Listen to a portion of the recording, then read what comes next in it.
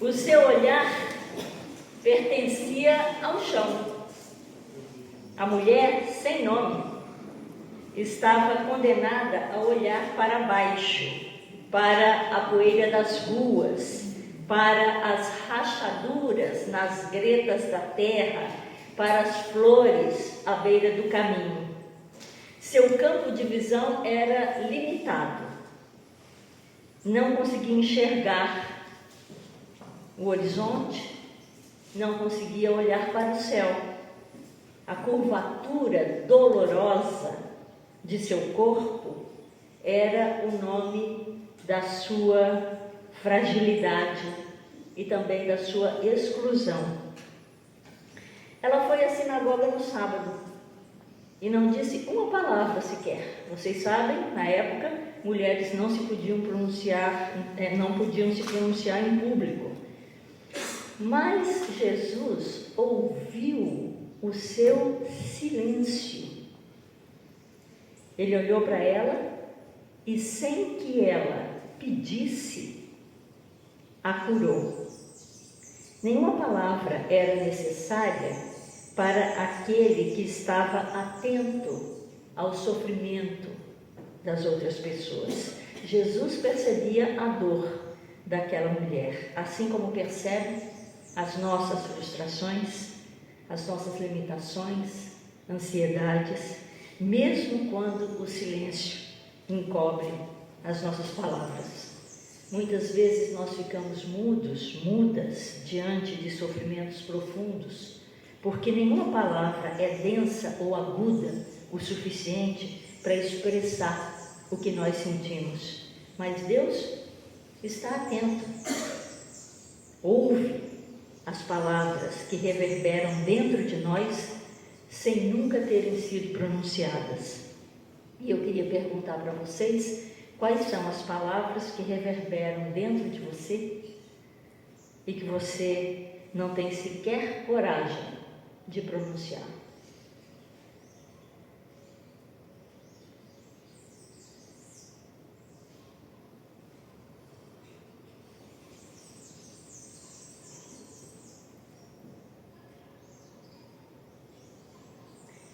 Tem uma história antiga, judaica, sobre um homem que usava palavras como oração. Eu vou contar uma variação curta dessa história. Esse homem, certa vez, viu uma criança gravemente doente, viu um mendigo, viu uma mulher sem esperança, viu um homem abandonado. Então, ele caminhou até uma floresta, acendeu uma fogueira, cantou canções, fez uma oração e Deus o ouviu. O tempo passou e depois de muitos anos ele retornou à mesma floresta, sensibilizado por outros casos, outras pessoas. Não levou fogo nas mãos dessa vez, mas cantou os cânticos e fez uma oração e Deus o ouviu.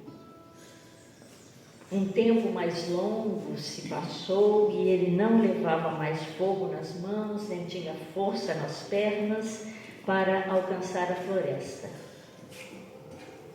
Então, permaneceu em seu quarto.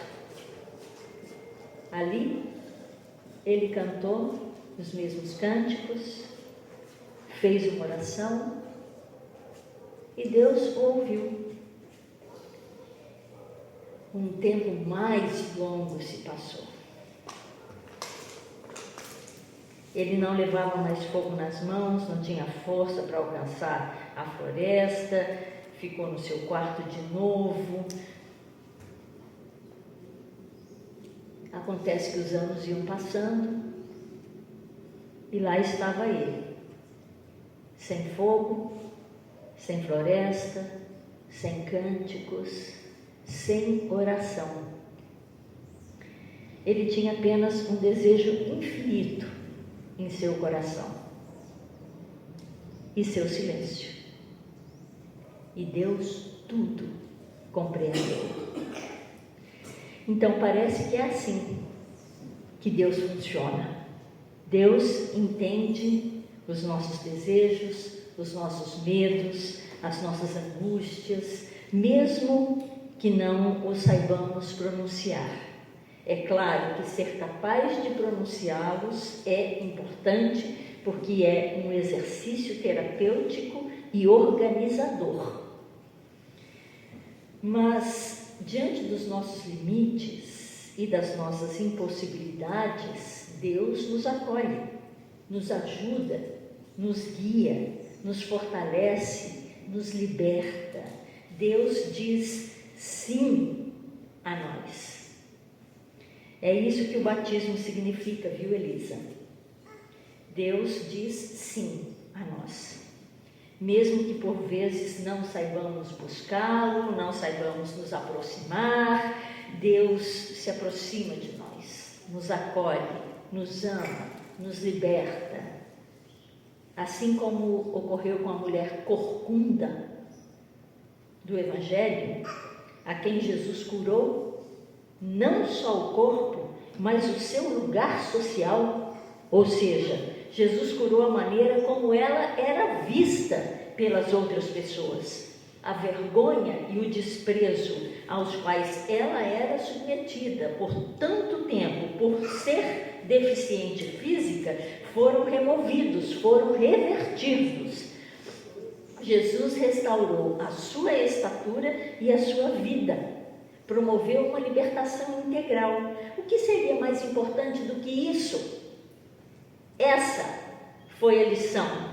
A resposta a essa pergunta foi a lição que Jesus ensinou quando se levantou a controvérsia sobre o sábado.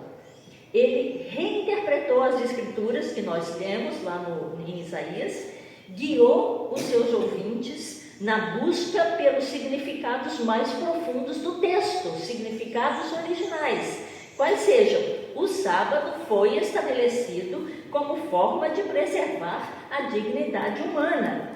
Numa época em que pessoas eram escravizadas e tinham que trabalhar sem descanso, o sábado tinha a função de protegê-las de abusos. O que Jesus fez, portanto, ao curar a mulher no sábado, foi dizer que nós temos que olhar para aquilo que importa. É isso que é o essencial na vida. É isso que é o essencial nos textos. Nem os textos de fé, nem as leis, nem as filosofias, literaturas ou poesias podem estar a serviço de outra coisa que não seja a libertação das pessoas, daquilo que as oprime, daquilo que não seja a promoção da sua autonomia, da sua dignidade, daquilo que não seja a autodeterminação dos povos, que não seja a consciência de que nós somos parte do ecossistema planetário. Nada pode justificar compreensões ou ações atrozes, como o genocídio do povo palestino, como a desigualdade social nos nossos países, como o racismo, como a homofobia. Nada pode naturalizar a violência contra as mulheres, contra as meninas, contra o povo das periferias. Nada pode suplantar a memória dos períodos históricos violentos, como se eles não tivessem acontecido. Quando um passado violento é negado, injustiças são cometidas, crimes são apagados ou perpetuados, melhor dizendo. A história, quando isso acontece, retorna, cobrando a conta. Foi isso que nós vimos acontecer no Brasil nessa semana. Uma conta histórica foi cobrada. O Brasil se reencontrou consigo próprio. O Brasil democrático se reencontrou. Nós vivemos um pouco do que diz o profeta Isaías. Quando vocês gritarem pedindo socorro, eu os atenderei. Pedirão a minha ajuda e eu direi: estou aqui. Deus está aqui, está conosco, cuidando, guiando, amando. Deus está aqui. Vamos repetir isso? Deus está aqui. De novo? Deus está